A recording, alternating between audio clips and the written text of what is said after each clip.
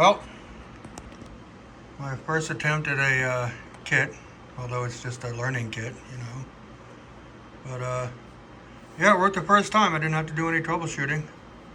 You know, my solder joints aren't perfect by any means whatsoever, but nothing shorted, you know.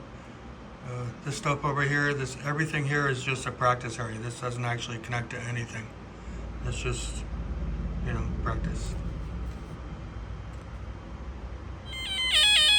Yeah, that's really annoying. But anyways, that works. So now I'm on to my little